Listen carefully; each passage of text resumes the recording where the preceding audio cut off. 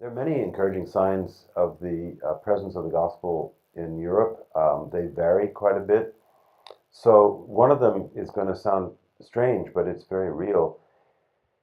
Europe is a favorite place to immigrate because life is so much better here than in many parts of the southern hemisphere. But southern people come here with their religion, and much of it is Christian. Some of it's Islam, as we mentioned. But Christians come and they want to establish churches and places of worship. And of course, no European country would disallow that.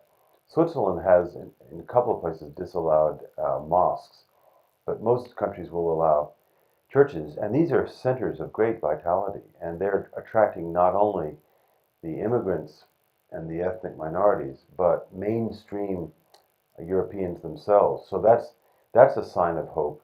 Um, Another sign of hope is that the Catholic Church, while it's had tremendous problems with its image for all kinds of reasons, is nevertheless able to connect with young people in a way that it hasn't for generations.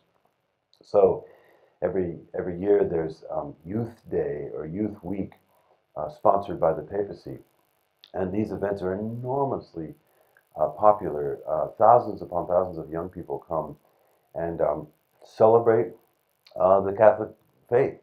Um, Another great sign of encouragement is some of the individual movements that attract young people first because of spirituality, and then as they are attracted, they're brought in and they realize there's a lot more to it than just spirituality in general. One example of many is Thésée, which is in the middle of France.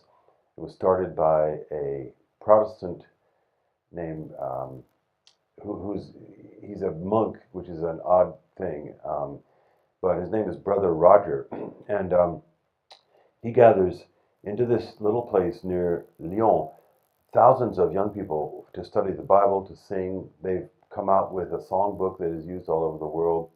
Um, Many signs of encouragement. If you go to Great Britain, you'll find that evangelicals still have a strong presence. You have study centers at Oxford and Cambridge, such as Tyndale House, or Wycliffe Hall, that are attracting very, very good scholars. There's the Oxford Apologetics Network.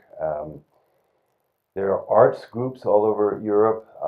There's one in Marseille called Parvis des Arts, the art center, and there's Solace in Dundee, which fosters worldview thinking, including the arts. So there's a resurgence of interest in worldview thinking around these different movements. And of course, there's the traditional church planting and the missions and the expansion of the churches.